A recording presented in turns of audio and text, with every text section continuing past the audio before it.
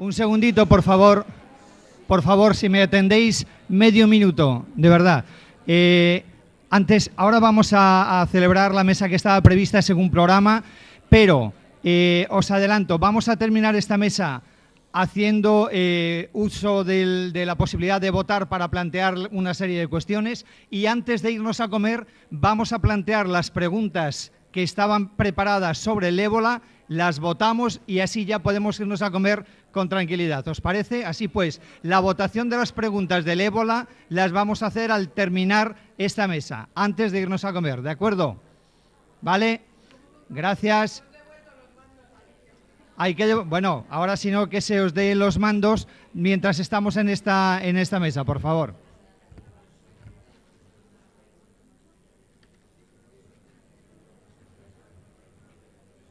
Bueno, y vamos a dar paso a la siguiente mesa que teníamos en nuestro programa.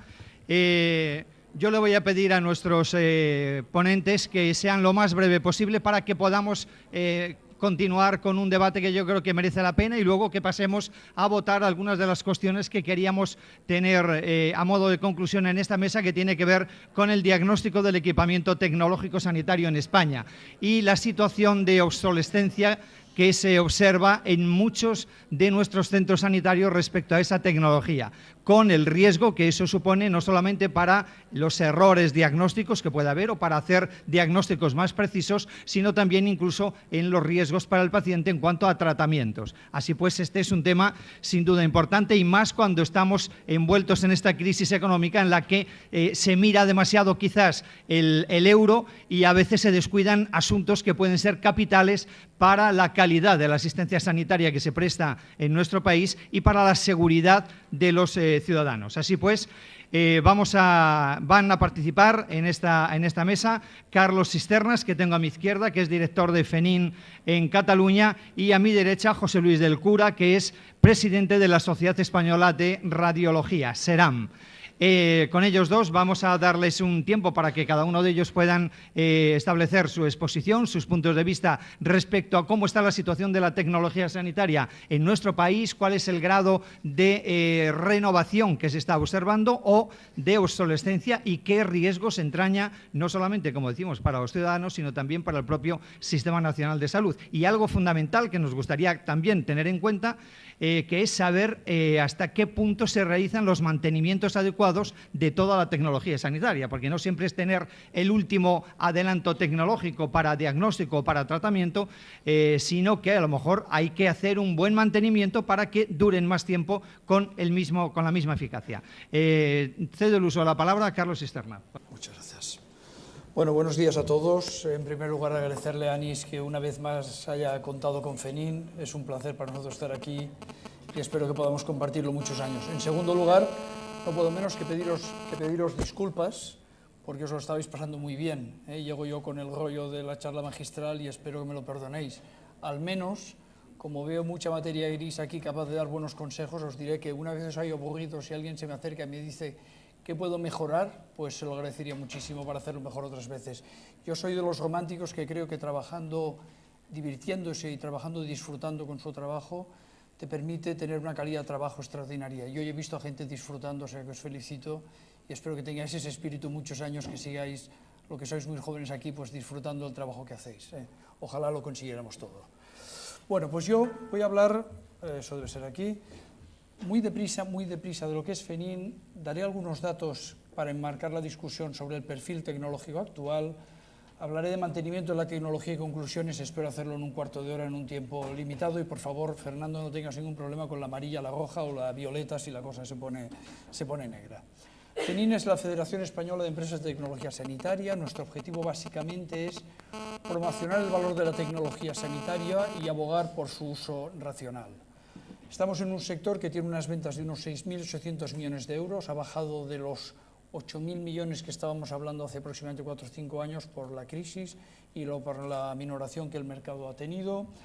Tenemos un empleo directo de unos 27.000 personas que trabajan en este sector y por cada empleo directo unos 4 empleos indirectos, y estamos organizados por una estructura sectorial, 14 sectores en función de si es diagnóstico in vitro, electromedicina, productos de un solo uso, etcétera, etcétera. Hoy voy a hablar un poco más del ámbito de la electromedicina y representamos el 7% del gasto sanitario total, un 0,7% del PIB. El gasto del mantenimiento hospitalario, voy a daros algunos datos para ver cuán trascendente es este gasto, puede representar un 15% del gasto hospitalario, y si veis ahí al final que casi no se lee, la alta tecnología, a ver si encuentro el botón, la alta tecnología y los equipos de clase 2A y clase 1 representan solo un 3 o 3% cada uno de ellos, en total un 6% del total, con lo cual es un gasto menor.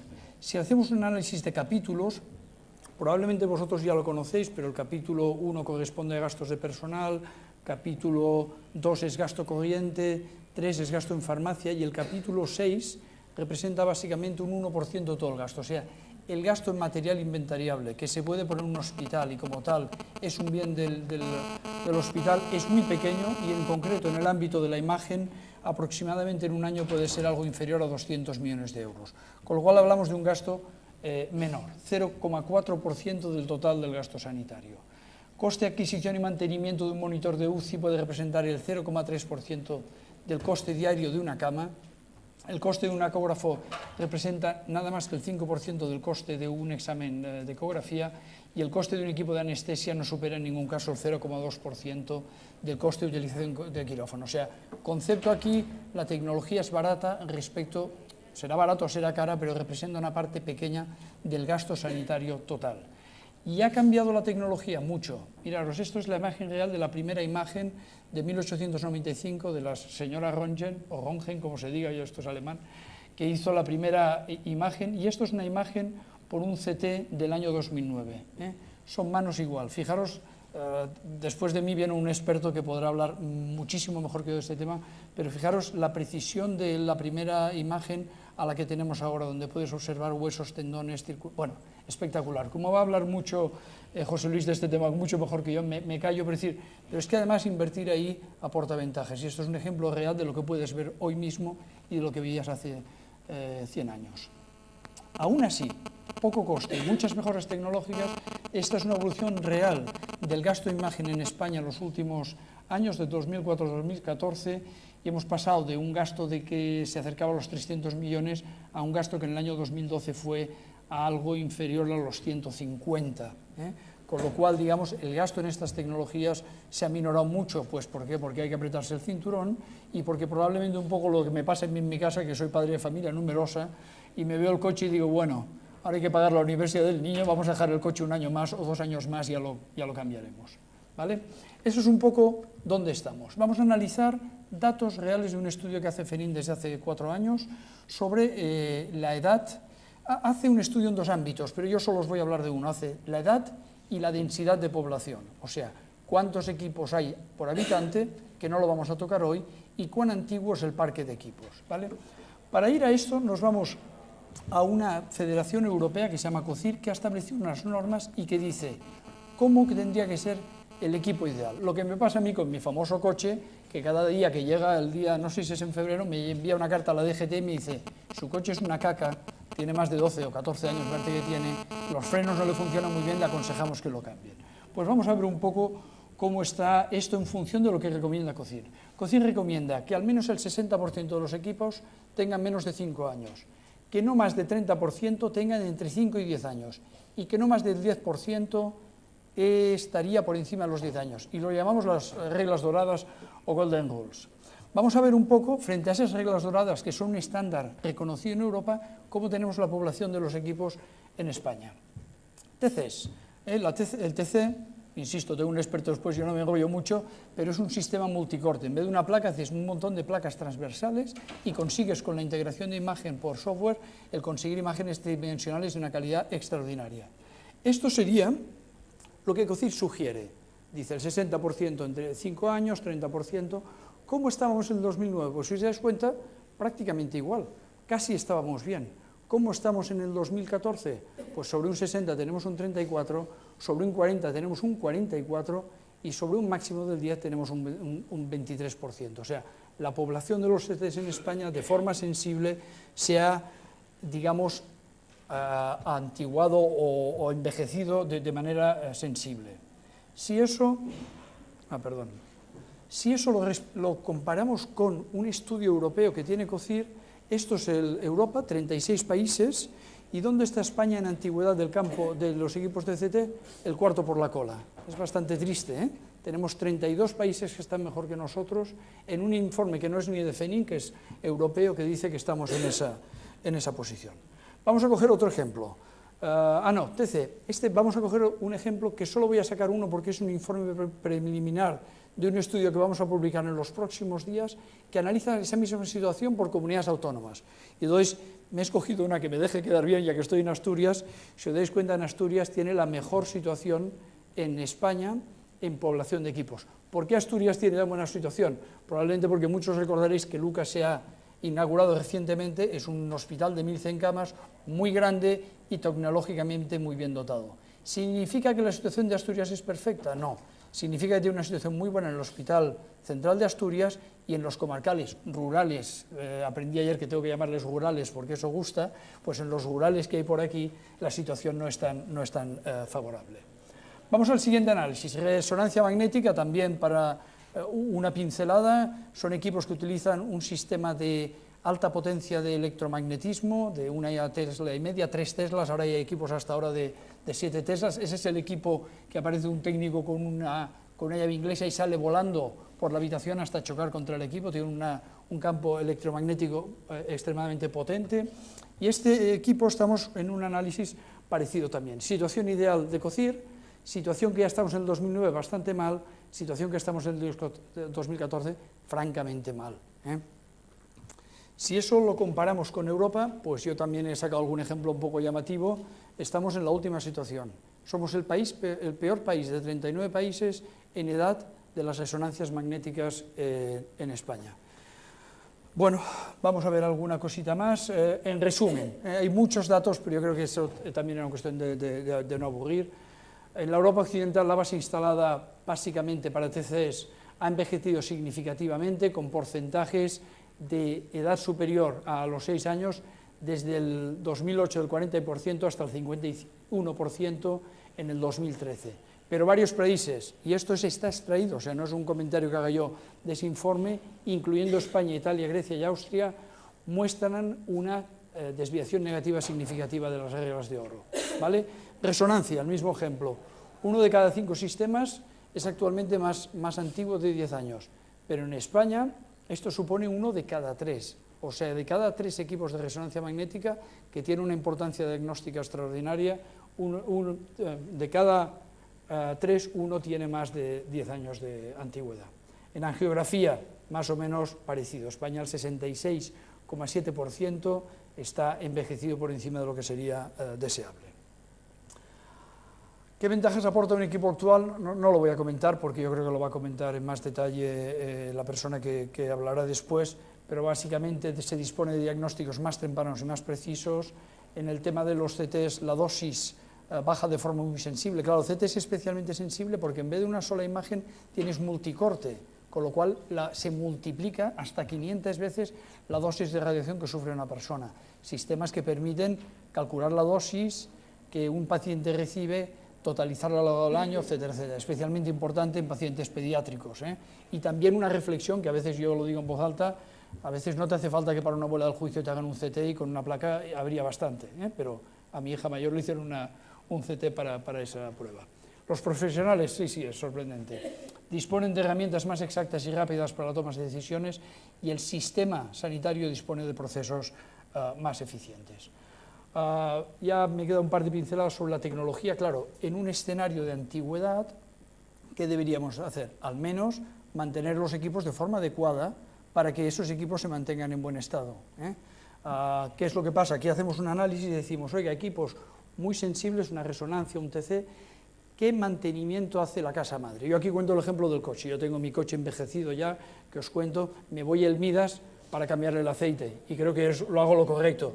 Pero cuando cambio la correa de distribución, que me gasto un dinero significativo, me voy al concesionario oficial porque creo que si se me rompe la correa tengo un problema muy serio. Pues aquí estamos en lo mismo. Yo creo que para problemas complejos, el tener los aparatos equilibrados y mantenidos por una empresa con la máxima calidad es muy, muy importante, y más teniendo en cuenta que no hablamos de coche, hablamos de equipos que te diagnostican, que te irradian y que te presentan una información crítica para tu vida o para un pronóstico o para un diagnóstico a largo plazo. Bueno, una pincelada, recordaros que el responsable del mantenimiento del equipo no es el fabricante, sino el hospital, que es el que asume que ese equipo mantiene sus prestaciones originales del momento en que se compró hasta el momento que se jubila por antigüedad, y que hay una circular muy importante para nosotros que se encarga de recomendar las buenas prácticas en el mantenimiento. Por último, conclusiones. Si queremos mantener de una forma adecuada y corregir la obsolescencia, solo hay dos cosas que hacer. Invertir ante un entorno en el cual cada día somos más mayores, ya os lo habréis oído mil veces, la pirámide que ya nunca más es una pirámide, es una seta. La población joven es pequeñita y los mayores, que yo me estoy acercando cada día más a ese grupo, somos mayoría. Pues en un entorno ahí o metemos dinero en renovar los equipos y metemos dinero en mantenerlos, los que sean antiguos, de manera correcta, o no seremos capaces de mantener las expectativas. También una pincelada, un tema que es un poco lateral, pero yo creo que tanto la industria como las comunidades autónomas como los departamentos deberían ser responsables de acelerar la capacidad de admitir la innovación, que hubiera tiempo corto entre que un producto novedoso que aporta valor con una innovación disruptiva se incorpora al mercado para que nosotros, que somos los pacientes, lo podamos utilizar algún día en nuestro propio bien. Ese es un proceso en el cual también hay que invertir. Acabo con una frase que me gusta mucho a mí bueno, me gustan las frases todas. Esta vez he cogido una de Confucio. Confucio decía que no es importante si vas deprisa o vas despacio, lo importante es que no te pares. Yo creo que el problema es que estamos parados y encima las pocas veces que nos movemos despacio, y ahora ya sí, acabo del todo. Ayer hablaron de una joya del cine mudo, que era el acorazado Potemkin, y de la famosa escena de la escalinata, que lo hemos visto, yo seguro, muchas veces. Aquí hay otra joya del cine ya no mudo, pero sí en blanco y negro, de Casablanca, que casi os la podría recitar entera. Esta es la escena final en la cual se despide el capitán Renault y Humphrey se están yendo Víctor Laszlo y la Ingrid Bergman, que está guapísima en esa película, por cierto, preciosa, pues están ahí ya muy melancólicos y dice, bueno, espero que esto sea el principio de una larga amistad. Yo creo que con Anis la tenemos y espero que la podamos mantener muchos años. Muchas gracias.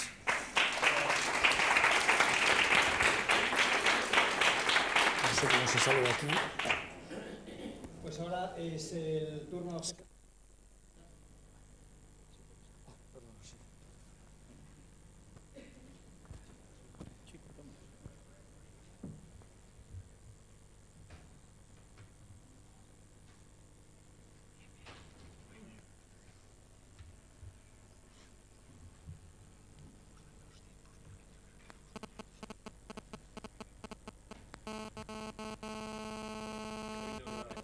La posibilidad de estar en un foro tan peculiar para mí como este, porque realmente nunca he tenido casi relación con el periodismo sanitario. Es un mundo que para mí resulta algo llamativo y algo distante, porque realmente nosotros, las sociedades científicas, casi siempre hemos vivido un poquitín a espaldas del mundo de la información. Nosotros no estamos, afortunadamente, como he podido comprobar antes en la mesa anterior, tan en el filo de la navaja.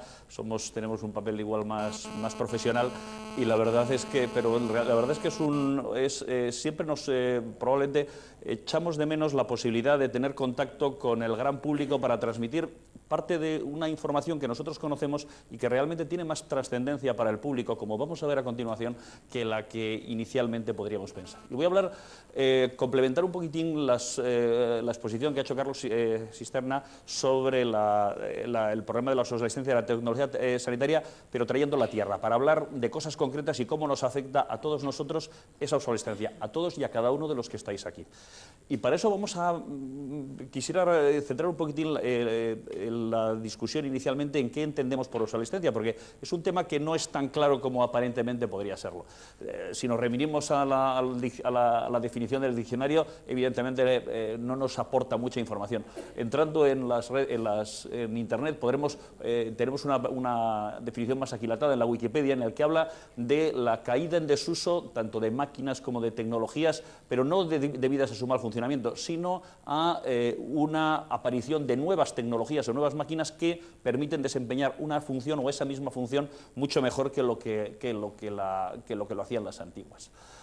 ¿Cuáles son? ¿Por qué nos podemos encontrar con que un equipo entre en obsolescencia? Pues en primer lugar, pues porque ya no tenemos repuestos. Es una cosa que lo podemos ver. Las casas comerciales, en cuanto al equipamiento sanitario, nos dan aproximadamente unos 10 años en los que nos aseguran que vamos a tener repuestos. Más allá, dependemos de, por ejemplo, hay un equipo de mi hospital que depende para su reparación de un equipo que está en Rusia y que se va desmontando progresivamente cada vez que tenemos una avería para cambiar la pieza de repuesto que tenemos.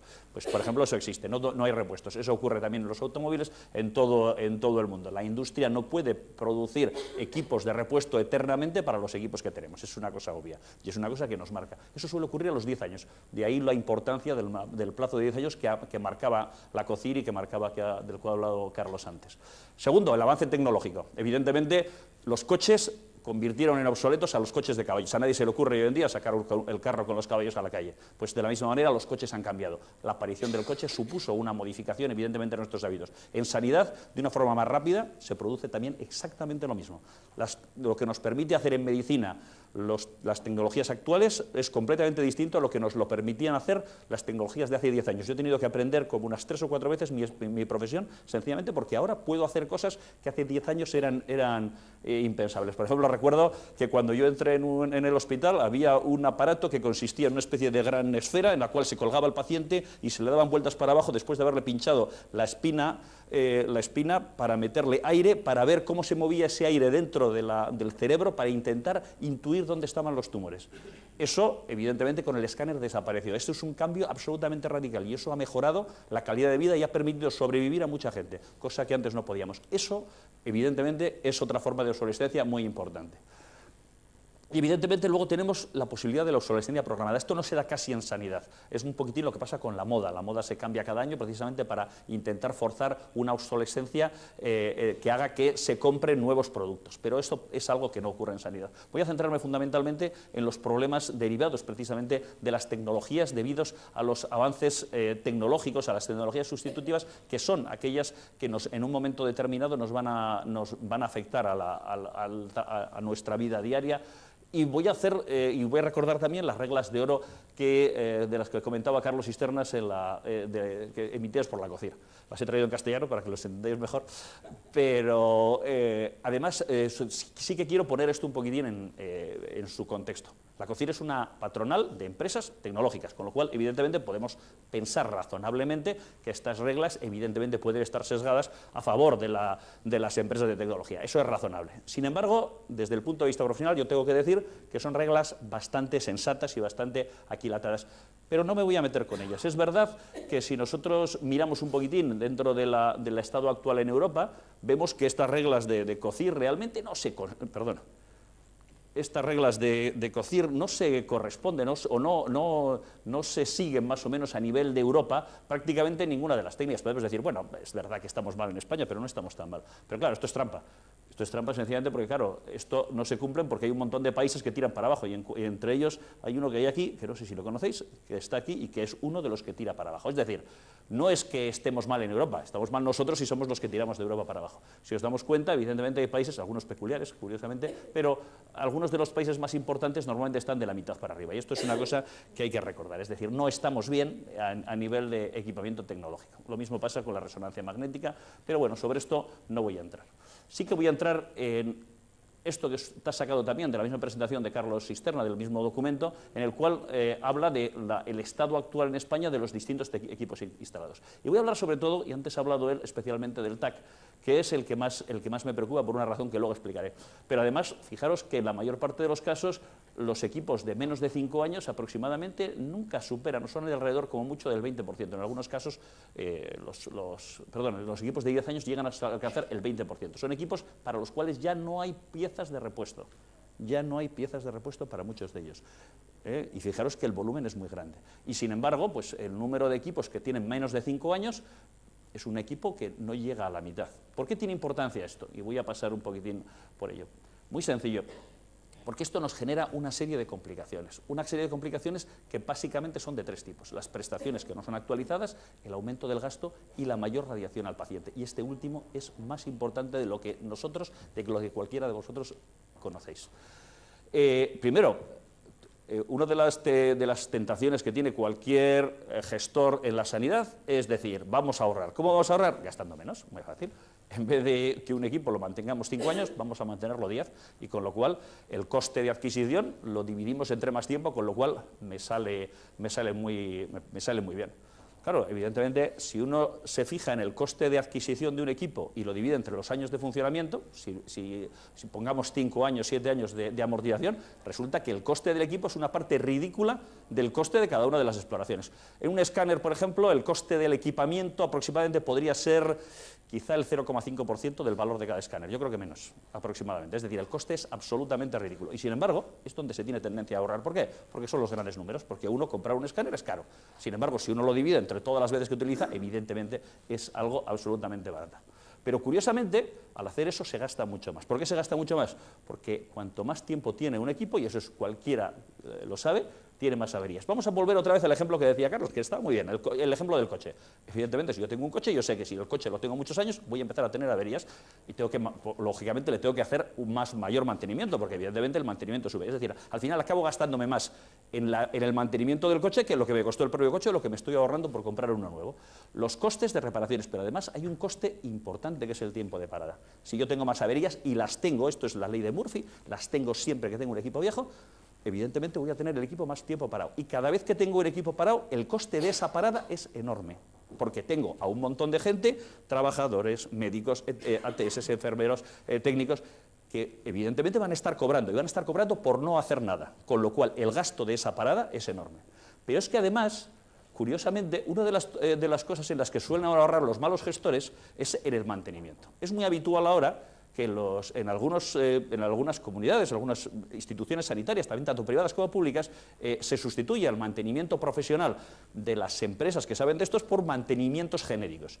Y la experiencia que tengo yo, y lo digo por mi hospital, es que cuando uno tiene una avería, le llama a la empresa de mantenimiento, porque tiene que llamarle, que viene allí, lo mira y dice, esto es muy complicado, y le llama a la otra empresa, que es la empresa que hubiese hecho el mantenimiento de no ser así, que lógicamente cobra bastante más por ello, y al final acaba, en vez de estar un día parado, estamos un día parado, otro día parado, y además otro día más entre la llamada y la siguiente. Con lo cual, el gasto por estos mantenimientos no profesionales se dispara enormemente. Con lo cual, al final lo que resulta es que ahorramos en lo barato para gastar más dinero. La cesta del pobre, como suele decir en mi tierra, va 2 veces al mercado. Y esto ocurre sistemáticamente todos los días en la mayor parte de los hospitales. Evidentemente, la obsolescencia es cara.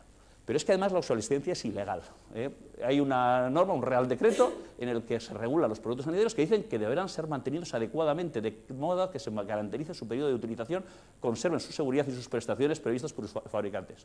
Es decir, que los equipos de más de 10 años no tienen piezas de repuesto, están fuera de garantía en absoluto. Por lo tanto, no se deberían permitir, no deberían estar siendo utilizados. Los mantenimientos no profesionales no deberían ser utilizados, son técnicamente ilegales porque incumplen este Real Decreto.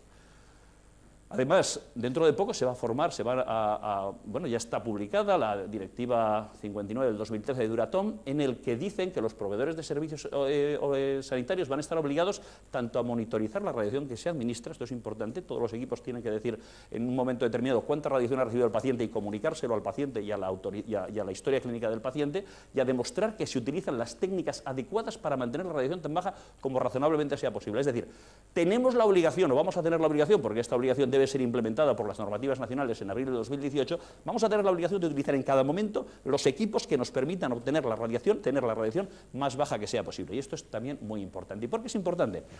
Porque en estos momentos estamos generando en nuestra actividad cánceres, estamos generando cánceres en nuestros pacientes que no es necesario, que podrían ser evitados. Sobre esto es una cosa que siempre hemos conocido, pero es que últimamente, en los últimos 2-3 años aproximadamente, desde 2012, han aparecido estudios enormes, gigantescos, que son demoledores en este aspecto. Porque los médicos realmente, a pesar de lo que se ha dicho antes, hacemos autocrítica, lo hacemos todos los días y continuamente, porque ponemos en solfa todos nuestros conocimientos, y lo hacemos de forma rutinaria. Evidentemente, antes se ha comentado que los médicos hacemos poca autocrítica, es falso, lo hacemos mucho. Y una de las cosas que hacemos es valorar nuestra actividad, y esto valora nuestra actividad. En un estudio del 2012 en el Sistema Nacional de Salud se estudió el impacto de los TACs realizados en la infancia y su impacto sobre la aparición de leucemia y tumores cerebrales, no en niños ya, no cuando se hacía ni a los pocos años, sino bastantes años después. Y se comprobó que un escáner aproximadamente triplicaba el riesgo de leucemia y aproximadamente triplicaba el riesgo de cáncer cerebral. Eso en un niño. Por lo tanto, si a un niño le haces un escáner de cerebro craneal, por ejemplo, tienes que saber que su riesgo de tener en el futuro un cáncer cerebral es el triple que si no se lo haces. Y eso es una cosa. Es verdad que el riesgo de cáncer cerebral es bajo, es muy bajo, pero evidentemente, de vez en cuando, a alguno de estos niños a los cuales haces un escáner le vamos a matar en el futuro. Así de claro, y dicho de forma clara. Otro estudio más reciente todavía, un estudio australiano, inmenso, 680.000 personas entraron en este estudio. 11 millones, en un estudio sobre los 11 millones de australianos. En un seguimiento de aproximadamente unos 15 años, aproximadamente unos 20 años. El cáncer fue 24% más en aquellos que habían pasado un escáner en la infancia que en aquellos que no lo habían pasado, 24% más. Los datos están ahí, son absolutamente claros. Y evidentemente nos decían que había sobre todo las leucemias, los cánceres tiroideos, los problemas linfoproliferativos, múltiples tipos de tumores se disparaban. Es más, por ahí hablaban del riesgo relativo. El riesgo relativo de un solo escáner era se incrementaba en 0,16, de padecer cáncer se incrementaba en 0,16 el riesgo relativo. Es decir, dicho de forma clara, un TAC produce un 16% en el aumento del riesgo del cáncer. Vuelvo a repetir, el riesgo del cáncer en estas edades pequeñas es bajo, pero sin embargo, evidentemente nosotros estamos generando con nuestras exploraciones un riesgo. ¿Quiere decir esto que no hay que utilizarlas? No, evidentemente, porque las TACs salvan vidas. Y evidentemente el riesgo de morir como consecuencia de no realizar el TAC es mayor, siempre y cuando nosotros, evidentemente, realizamos el TAC en aquellos casos en que está indicado. Pero es que aquí hay otro factor que lo complica más, que es la obsolescencia. ¿Y por qué es la obsolescencia? Bueno, esto habla un poquitín del riesgo que hay. Observad, un TAC, esto es comparado con diversas exploraciones comparados con la radiación de fondo y el riesgo de cáncer. Fijaros que un TAC de tórax abdomen produce un riesgo de cáncer 1 de cada 1.500. En niños aproximadamente se puede calcular el doble. Esto es en población general. Quiere decir que todos los días, se hacen más escáneres que esto en España, en España se genera por lo menos un cáncer producido por la radiación, probablemente, casi con absoluta seguridad. ¿Cuál es el problema que tenemos? Es que en el TAC, en el escáner, la tecnología ha evolucionado enormemente y ha cambiado tremendamente de hace 5 años de aquí. Hasta hace 5 años la evolución, la radiación que producían los escáneres ha ido incrementándose progresivamente con la aparición de los sistemas multicortes, con la aparición de todos nuestros sistemas, que nos han permitido llegar a unos alcances, a unas imágenes como las que decía Carlos y a una mejoría enorme en nuestra capacidad de diagnóstico. Sin embargo, aumentaba también la radiación. Recientemente, precisamente a cuenta de la aparición de estos estudios que ya se empezaban a conocer, se decidió por parte de los fabricantes realmente poner énfasis precisamente en la disminución de la dosis. La aparición de las recuestiones iterativas, de los sistemas de reducción de dosis, ha permitido reducir las dosis de los escáneres a menos de la mitad, a veces incluso a cantidades muy bajas en determinadas exploraciones. ¿Qué pasa? Que los equipos de hace más de 5 años aproximadamente no tienen estas técnicas. Por lo tanto, diciéndolo de una manera muy clara y un poquitín bruta, no, y así de claro, yo lo digo claramente. Si yo tuviese que hacer un escáner a un niño, lo primero que preguntaría es cuántos años tiene el escáner. Y no dejaría que se hiciese un escáner a un hijo mío en un escáner de más de 5 años. A un niño, en la vida. Debería estar prohibido, y lo digo así de netamente, realizar un escáner a un niño en un aparato que no tenga, salvo casos de extrema emergencia, que no tenga estos sistemas.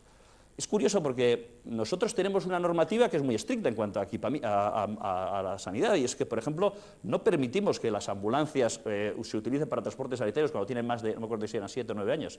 Sin embargo, no hay ningún problema en utilizar un escáner que sabemos que causa más muertos y más perjuicio que las ambulancias en su transporte con todos estos años. No hay una normativa de amortización de equipamiento, no hay una normativa de obsolescencia de equipamiento. Esto es una cosa lamentable. Y no solamente ya por el hecho de que, evidentemente, los equipos más viejos nos permiten hacer menos cosas y evidentemente disminuyen la posibilidad de que un paciente tenga un diagnóstico que le puede salvar la vida, sino porque además en un momento determinado, sobre todo en el caso del TAC, es muy claro, le pueden perjudicar. Nosotros en nuestra sociedad hemos realizado estudios y documentos sobre adquisición de productos y servicios en los cuales recomienda determinadas pautas de actuación para este tipo de equipamiento. Son es la voz que clama en el desierto, evidentemente nadie nos ha hecho caso. En el Ministerio, por ejemplo, que realmente en estos momentos no tiene muchas competencias y que básicamente debería regular todo este tipo de normativas relativas a la utilización de los equipos tecnológicos, desgraciadamente no se está realizando ningún paso en ese sentido y es una cosa que la verdad es que tengo que lamentar profundamente. Y eso es todo, muchas gracias.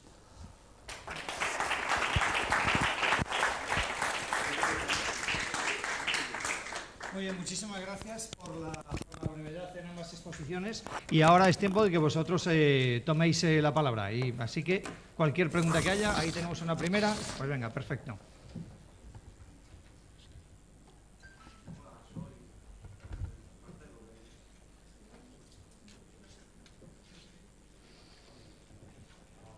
Hola, soy Marcelo, de Docor Comunicación. Es una pregunta para el doctor Del Cura.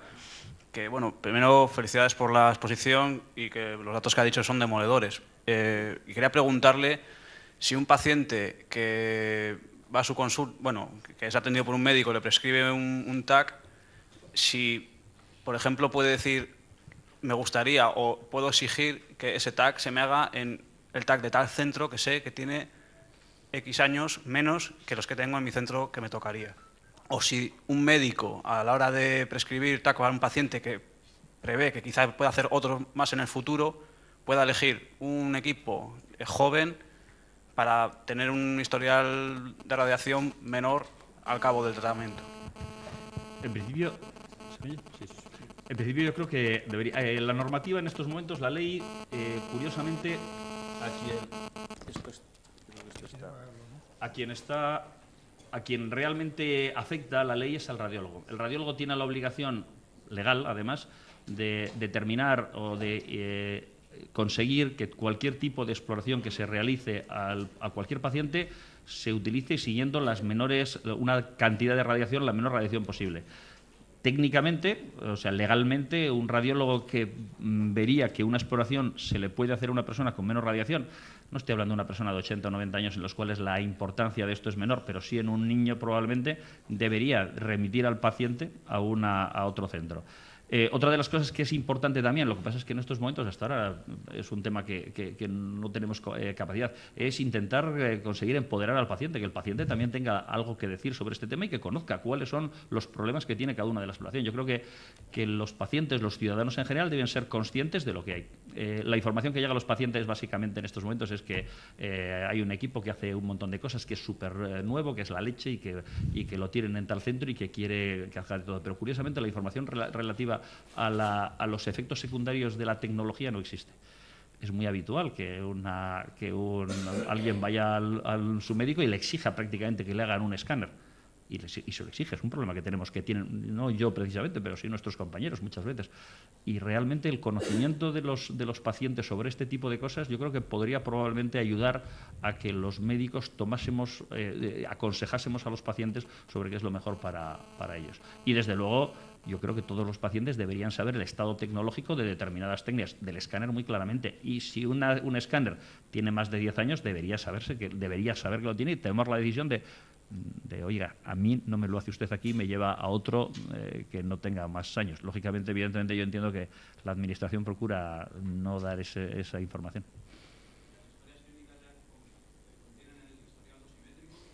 En estos momentos solamente en la comunidad del País Vasco, en Euskadi, existe la posibilidad de consultar el historial dosimétrico de los pacientes en estos momentos. Pero en el 2018 esto es una normativa que se tiene que implementar sí o sí, obligatoriamente por normativa europea, y tendrá que implementarse, con lo cual esto estará disponible. Yo entiendo que de la misma manera que en estos momentos en muchas comunidades autónomas, la mía incluida, yo soy de Bilbao, por cierto, la mía incluida,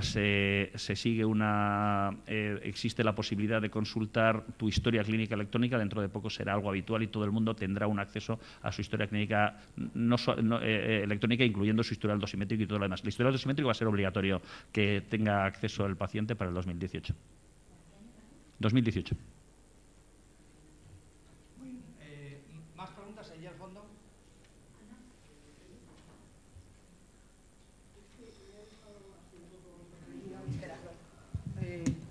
La falta de autoridad del Ministerio para controlar determinadas cuestiones. ¿Quién regula esto? ¿Quién lo lleva? ¿Es industria? ¿Es cada hospital? ¿Cómo es? ¿Quién lleva qué? El control de la obsolescencia de los aparatos. Nadie. Realmente los aparatos que yo sepa... Bueno, igual lo puedes contestar mejor tú. No, a ver, no es que no lo lleve nadie. Teóricamente, como esto está transferido a las comunidades autónomas, cada comunidad autónoma es responsable de la antigüedad de sus equipos y las inversiones que hacen. Probablemente hay unos planes de cada comunidad que incorporan una serie de proyectos internos y luego son los propios hospitales que tienen su plan de necesidades. Pero yo creo que esto está transferido a las comunidades autónomas. Sí. Mi pregunta es que, primero, ¿en cuánto tiempo se rentabiliza desde el punto de vista sanitario la inversión en esta tecnología, que entiendo que debe ser cara? Segundo, si el debate está en los comités de bioética de los hospitales y al saber que a los 10 años esto es un gran problema, como ha indicado, e incluso es ilegal, yo creo que el Ministerio ni ningún hospital tiene derecho a decidir por los ciudadanos y ocultar esta información. Y en ese sentido, ¿se han puesto denuncias formales y hay procesos judiciales abiertos en el hipotético caso de que hubiera esta situación? Para ello tiene que haber un daño constatable. Evidentemente, esto sabemos que ocurre, pero no hay un daño constatable. ¿Dónde está el daño? Al cabo en un tumor que aparece que puede deberse a la radiación, nosotros sabemos que la radiación produce un aumento del daño, un aumento de la posibilidad de cánceres, pero ¿este cáncer concreto está causado por aquella exposición a un escáner? Puede que sí, puede que no. No hay denuncia posible. Evidentemente, la tendencia, vamos, cuando ahora en esta época de crisis se veía muy bien en el gráfico que ha enseñado Carlos, se veía perfectamente. En la época de crisis, de repente, la inversión se ralentiza absolutamente. ¿Por qué? Pues porque no hay pasta, no hay dinero. Entonces, es curioso que, claro, lógicamente, cuando uno decide reducir, y entiendo que, claro, que los recursos son limitados, pero cuando uno decide reducir, ¿qué reduce? En los grandes números. Si tengo que comprar un equipo que vale 1 millón de euros, evidentemente voy a por él. El tema está en que el punto de vista es un punto de vista absolutamente erróneo. Realmente el equipo que vale 1 millón de euros, realmente si uno lo divide entre el tiempo de vida, es un equipo que no es excesivamente caro. Y claro, hay también el concepto de que, claro, es que los médicos, los radiólogos quieren un equipo de último modelo para jugar mejor. Es un poco como, claro, yo tengo un coche, pero puedo comprarme un Mercedes, pero me puedo comprar también un SEAT.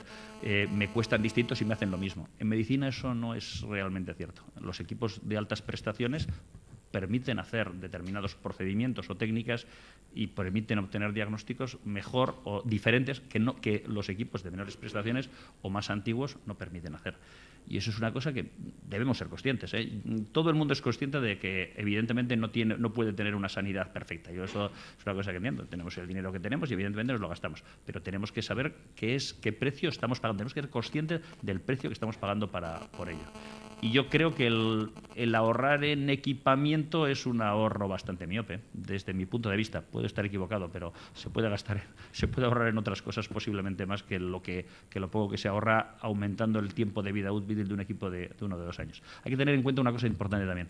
Los equipos hasta 5 años, 5 o 6 años posiblemente, podríamos decir un poco más. Yo la verdad es que creo que Cocido es un poquitín, arrima un poco el asco a su sardina, pero hasta ese tiempo normalmente son muy fácilmente actualizables. Podemos reconvertirlos en equipos up-to-date, o sea, equipos de más o menos actualizados a las últimas posibilidades con relativa facilidad. Y a partir de esos años empezamos a tener problemas con ellos. Pero bueno, no me preocupa tanto. Vi la resonancia, bueno, pues bueno.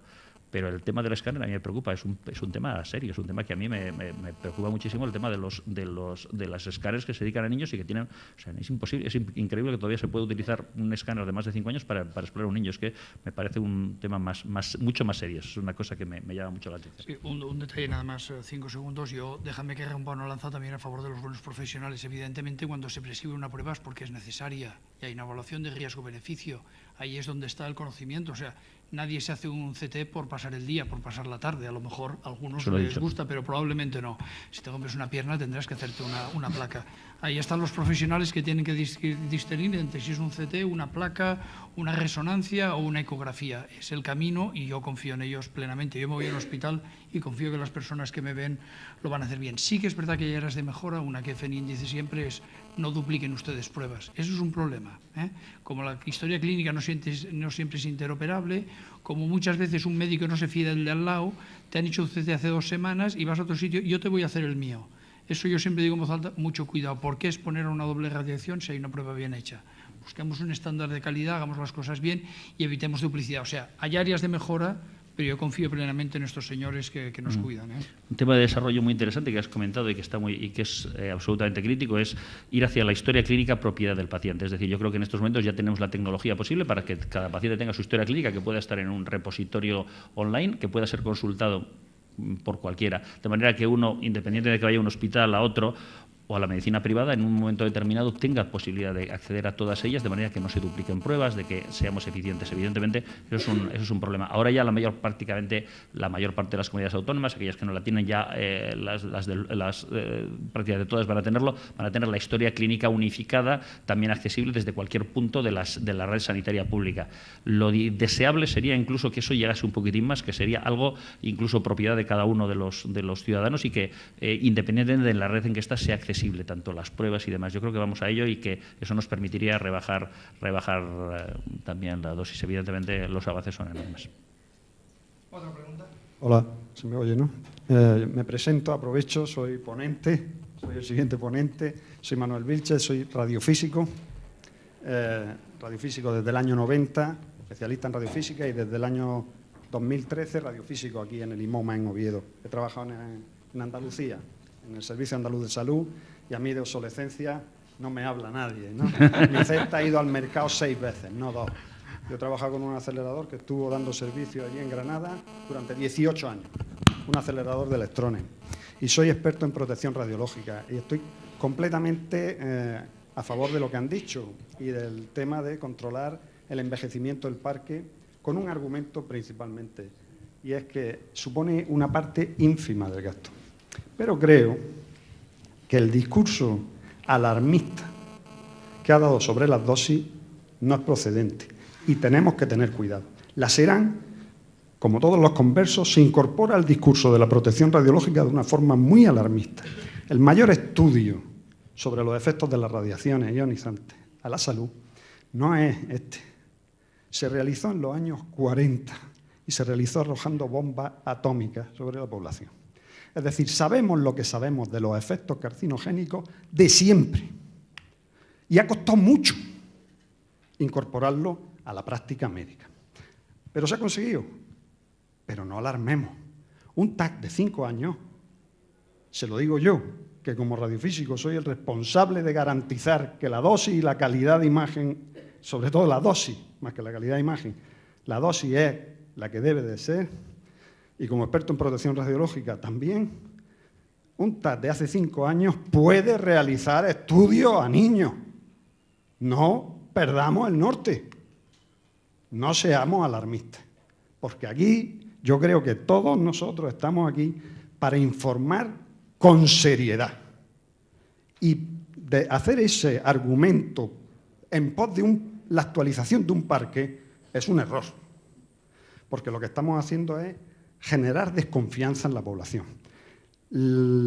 Estuvimos haciendo TAC con esos TAC a niños y no estábamos haciendo nada, ningún daño que no supiéramos. Sabíamos que esos TAC producen cáncer en una proporción ínfima, muy pequeña, pero producen cáncer. Es un efecto que lo descubrieron los pioneros en sus propias carnes, ¿no? Lo descubrió el ayudante de Edison, que murió de cáncer por exponer sus manos a los tubos de radiación en los ensayos del funcionamiento. Lo descubrió Pierre Curie, lo conocían todos, y lo tenemos cuantificado de forma muy precisa a través del estudio epidemiológico de los supervivientes de las bombas atómicas, que aún hoy sigue actualizándose cada 2 años con nuevos datos y actualizando las curvas de inducción de cáncer, de carcinogénesis por órganos y por edades. Así que no tenemos nada nuevo que nos diga que tenemos que cambiar el parque, más allá que lo que hemos sabido siempre, que cuanto menos dosis mejor, y sobre todo para ganar potencialidades diagnósticas y para ganar capacidad terapéutica. No tenemos que irnos, creo que es un discurso, y te hablo como colega, creo que es un discurso equivocado. No tenemos que irnos al miedo. Tenemos que poner los argumentos de la ciencia, que son que tenemos más capacidad terapéutica y más capacidad diagnóstica, con un 0,5, un 1%, incrementando, porque ese es el gasto total en tecnología. Si hablamos solo del incremento que necesitaríamos, estaríamos hablando de verdaderamente el chocolate del loro. No hay que dar más argumentos que eso, creo yo.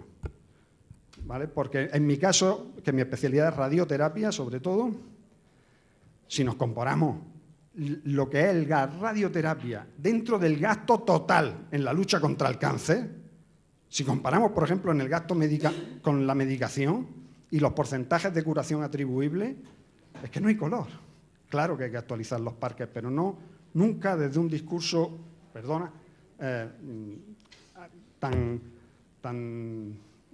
a mi juicio, amedrentador, ¿no?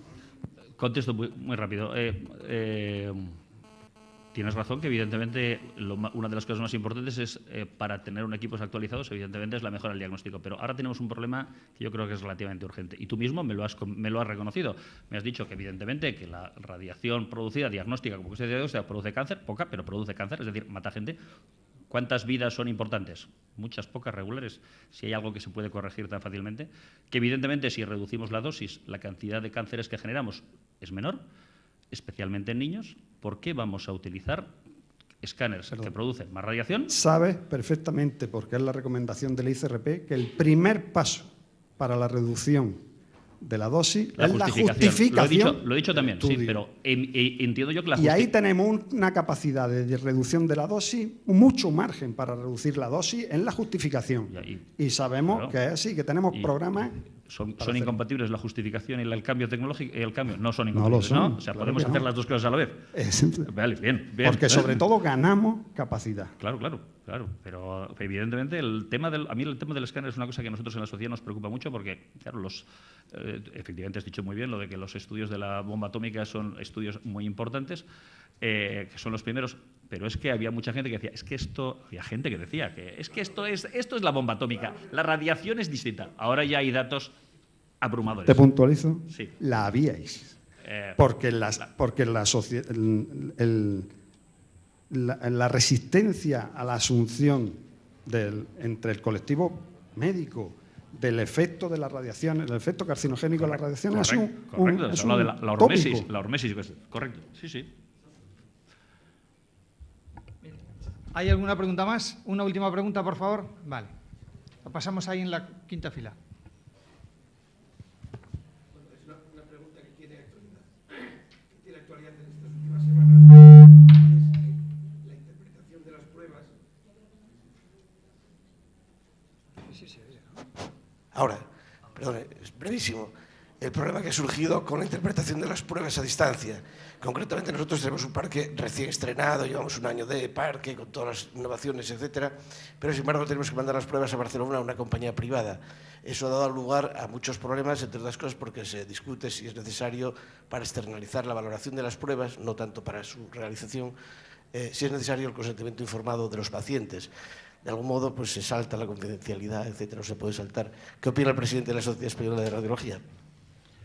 El consentimiento informado de los pacientes para enviar cualquier tipo de dato sanitario es absolutamente obligatorio legalmente, porque evidentemente una interpretación de una prueba radiológica requiere dos cosas, la prueba radiológica y los datos clínicos del paciente. Yo no puedo informar nada sin la historia clínica del paciente, por lo tanto, la persona que va a interpretar una imagen a distancia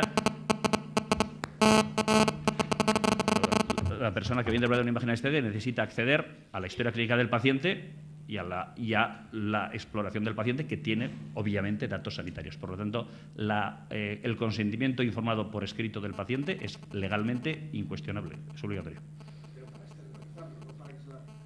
Para externalizar.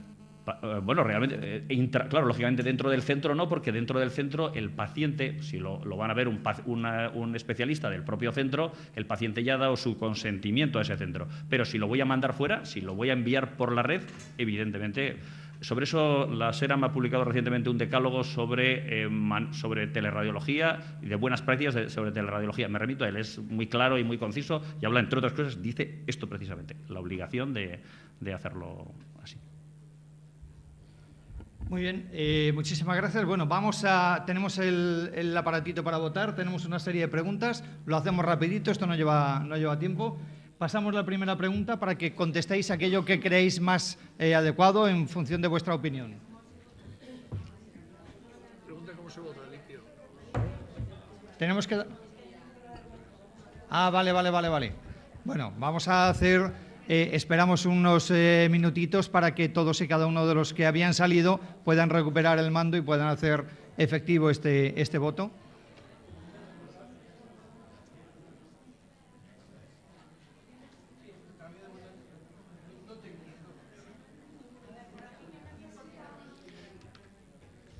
Bien, mientras se os entrega el aparatito para votar, os recuerdo, ahora vamos a votar lo concerniente a esta mesa. Inmediatamente después vamos a votar las preguntas sobre el debate y la mesa del ébola, antes de irnos a comer. Es que si no, no podemos votar.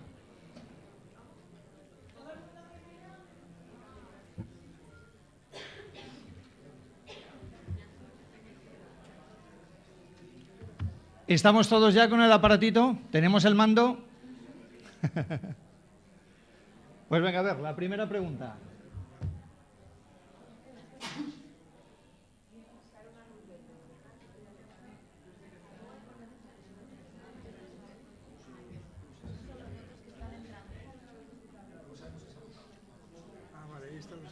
Arriba a la derecha veis el contador de votos, los que van entrando.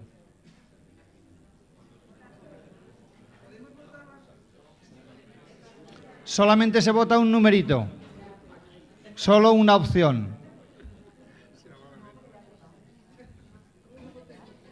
Vale, ¿lo tenemos ya? Venga, vamos a la segunda pregunta. Bueno, parece que la opción 2 es la más elegida por todos. Los expertos dicen que hubieran votado esa también, así que no vamos muy desencaminados. Vale, segunda pregunta.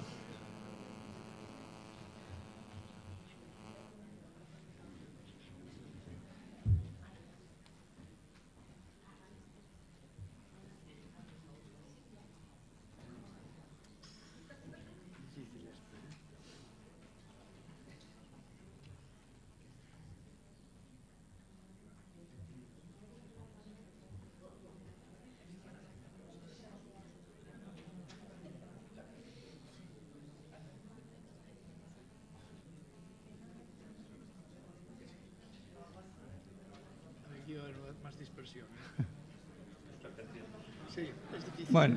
Yo tendría una opinión, pero es difícil. Bueno, lo paramos ahí. Bien, la primera opción es la más elegida por el 45%. Bueno, y luego la tercera. Ambos sistemas disponen de tecnología avanzada. En fin, vamos a ver esta si es más o menos comprometida.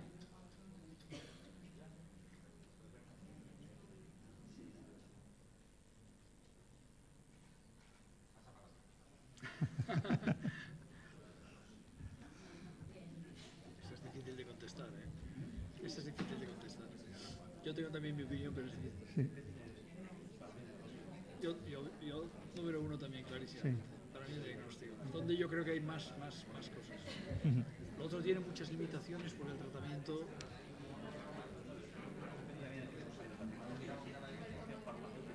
Vale, ¿lo dejamos ahí? A mí no, ¿eh? Lo he excluido. Vamos a ver cuál ha sido el resultado. Bueno, pues en todas ellas 47% y después en el diagnóstico 42%. Bueno, aquí los expertos decían que seguramente sería la primera. En fin, lo dejo ahí. Esto es una percepción. Siguiente pregunta.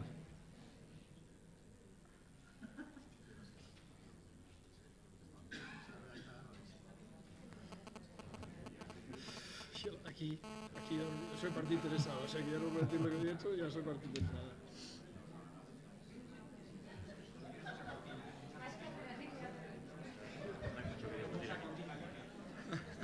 ¿Lo tenemos ahí? Vale, cerramos la votación. Bueno, 85% a la primera, mucho, ¿no? Vamos a ver de qué manera. Siguiente pregunta.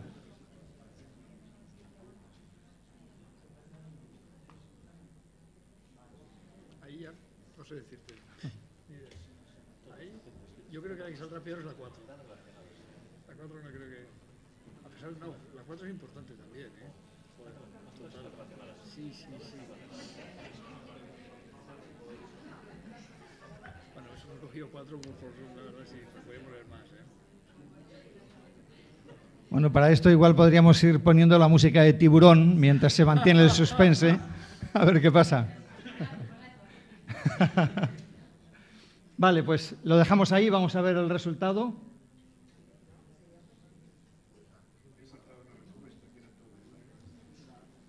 Vale, parece que la 2, la obsolescencia de la tecnología sanitaria, que era, en fin, el objetivo de lo que aquí hemos comentado. Aparte de los mensajes, no sé si alarmistas o no, cada uno sacaremos nuestras conclusiones, y de lo que se debe cumplir por ley, que también está bien saberlo. Si hay una ley, lo que hay que hacer, lo mínimo, digo yo, es que se cumpla. Pero bueno, seguimos. Siguiente pregunta. Este ya es cambio de tema. Vale, esta pregunta la sabemos todos. Venga, pues vale, esta mesa queda cerrada. Gracias, Carlos. Gracias, profesor.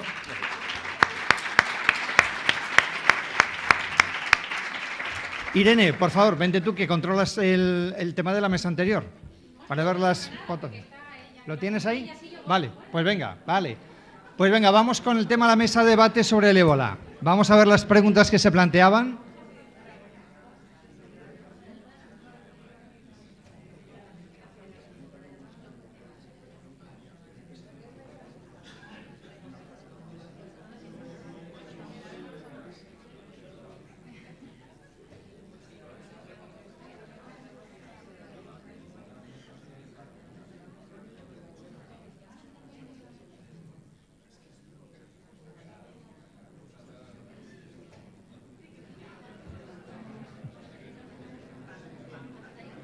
Ahí lo tenemos, vamos a ver. Exagerada, 59%. Bueno, ahí estamos. Y confusa, 32%. Esto vamos a tener que analizarlo, ¿eh? Pero bueno, está bien saber cuál es vuestra opinión. Vamos con la siguiente pregunta.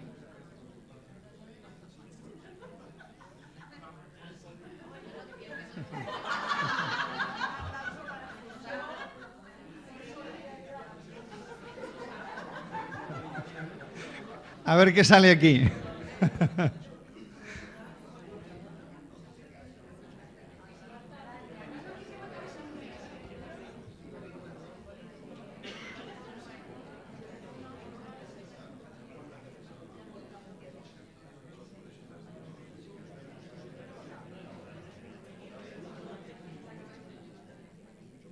Vale, parece que nos paramos ahí.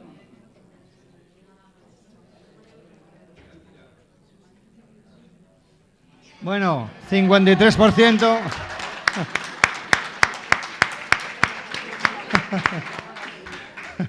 Eso es culpa de Susana, ¿vale? Ahí presente, que lo sepan. Vale, muy bien. Venga, vamos con la siguiente.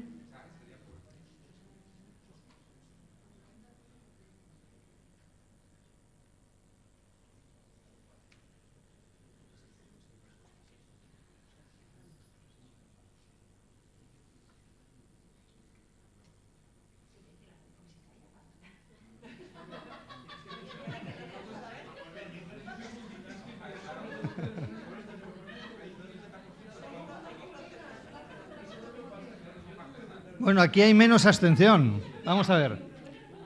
Continúan votando. A ver, ¿lo paramos ahí? Bueno, claramente escaso. No sabemos qué está pasando, 55%. Y luego el 24%, ninguno, lo hemos abandonado. Bueno. Vale. Ya habrá tiempo de analizar. Perfecto. Oye, pues dicho esto, muchísimas gracias.